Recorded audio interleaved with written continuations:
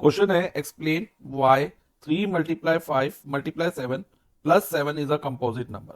हमें एक एक्सप्रेशन दिया है, मैथमेटिकल एक्सप्रेशन, ये 3 मल्टीप्लाई 5 मल्टीप्लाई 7 प्लस 7, और हमें ये शो करना है कि ये एक कंपोजिट नंबर है और y means Q composite number है, ये भी हमें बताना है। तो बच्चे कंपोजिट नंबर प्रूव करने के लिए पहले हमें ये पता होना चाहिए कंपोजिट नंबर होता क्या है। तो कंपोजिट नंबर का जो डिफाइन है ना, वो होता है a number having more than 2 factors is called composite number. तो हम पहले डिफाइन इसका लिख लेते हैं। तो अब हमें पता चल गया कंपोजिट नंबर वो नंबर है जिसके 2 से ज्यादा फैक्टर्स है। तो अब हम जो गिवन नंबर है 3 मल्टीप्लाई 5 मल्टीप्लाई 7 प्लस 7, इसके देखते हैं कितने फैक्टर्स है। तो इसके लिए बच्चा हमें इसको सॉल्व करना होगा। अब ध्यान से देखो बच्चा, इधर क्या है 3 मल्टीप्लाई 5 मल्टीप्लाई 7, फिर बीच में प्लस का साइन है और यहाँ पर 7 है। अब अगर कोई अकेला नंबर हो तो हम उसको 7 इंटू 1 भी रीड कर सकते हैं, ओके, क्योंकि any number multiply by 1 is same number. तो 7 इंटू 1 को हम 7 की जगह लिख सकते हैं।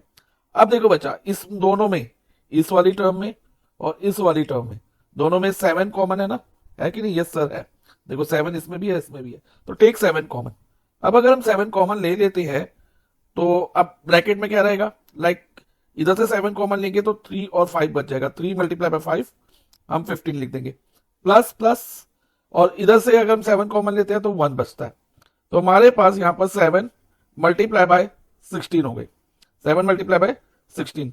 अब देखो बच्चा, इसमें एक तो 7 फैक्टर है, 16 भी फैक्टर है, और 1 तो है ही, because 1 is a factor of every number other than 1। इसके 2 फैक्टर और आ रहे हैं, और अगर हम 16 को आगे फैक्टराइज करें तो हमें और भी इसके फैक्टर मिल जाएंगे, लाइक 2 और 8। तो ये भी इसके फैक्टर्स है, तो 7 2 8 हो गए फैक्टर्स। तो और अगर 8 को आगे करें तो 4 इंटू 2, तो in any how it has more than 2 factors.